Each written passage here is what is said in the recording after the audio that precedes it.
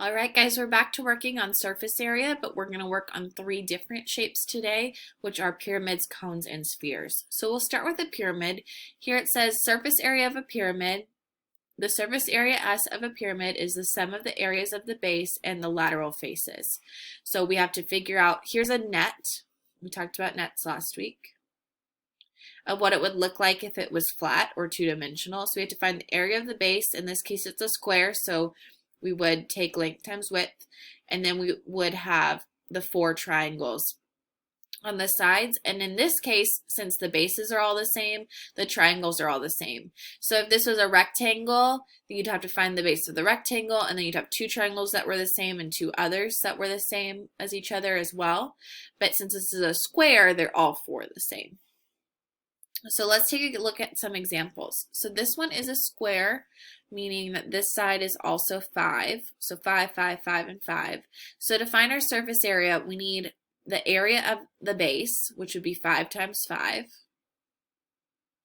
And then we want the area of this triangle, but we have 4 of them total. So I'm going to take 4, since there's 4 different sides.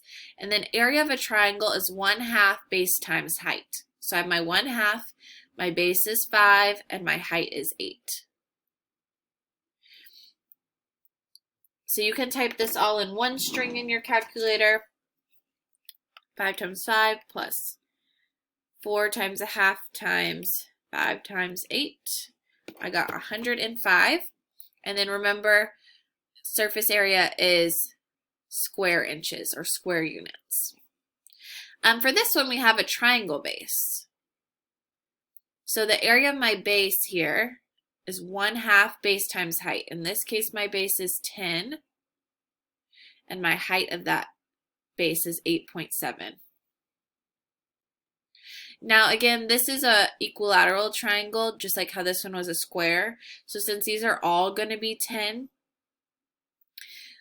all 3 of my lateral faces are going to be the same also. So I'm going to do plus 3 because I have 3 lateral faces, 1 for each side of my triangle.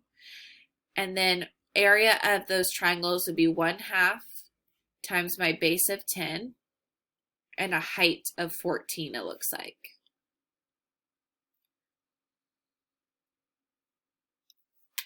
Okay, and again, you can put that all in one string. I got 235 or 253.5 square meters. In this case, we have a pentagon, so 5 sides, but they already told us the area of our base, so 440.4, but we still need the area of the lateral sides. So since it's a pentagon and it's 5 sides, we're going to have 5 of these triangles.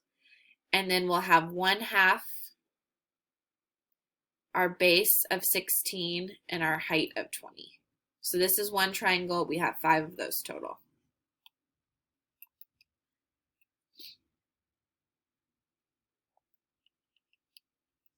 So I got 1,240.4 square millimeters. So that's a pyramid and how we would do those. Cones are a little bit different because if you're thinking about the net of your cone, you have a base or a top, however you want to think of it, that's a circle. And circles are just pi r squared. That's a formula we hope you know. Area of a circle is pi r squared. For this piece, it's not a full circle, and how we find this is pi r s, and s stands for this slant height, is what we call it sometimes.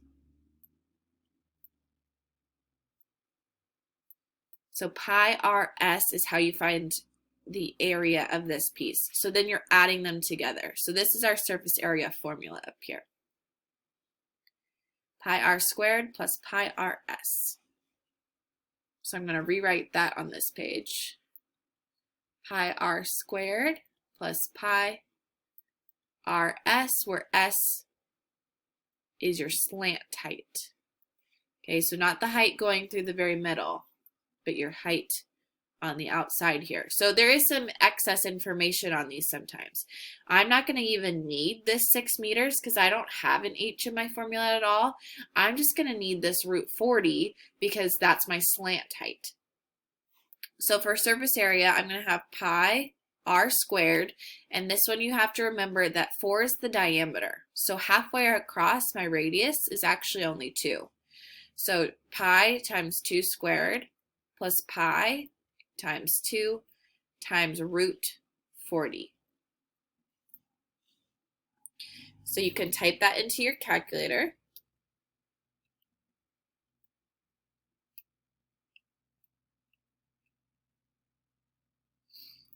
And I got 52.3, if I round to the nearest tenth, square meters. All right, so this cone, again, we have extra information. I'm not going to need this 9 since I don't have a height in my formula, but I will need the slant height of root 97. So this will be pi. In this case, my radius is 4, since 8 is the diameter going all the way across. So then I have pi times 4 times root 97. And they won't always be roots for your slant height. They could give you a decimal, they could give you a whole number. It's just a coincidence that these were both roots. So I got 174.0, if I round to the nearest tenth, square yards. Okay, and the last shape we're going to talk about today are spheres.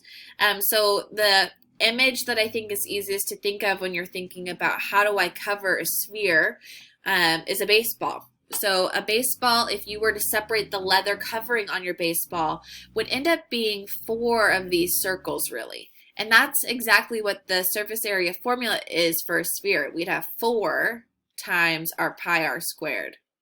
So 1 circle is pi r squared. It would take 4 circles to completely cover a sphere, like a baseball. So I'm going to rewrite our formula here so we still have it handy. 4 pi r squared. And then in this case, my radius is 2. So 4 times pi 2 squared. I'm going to put that in my calculator.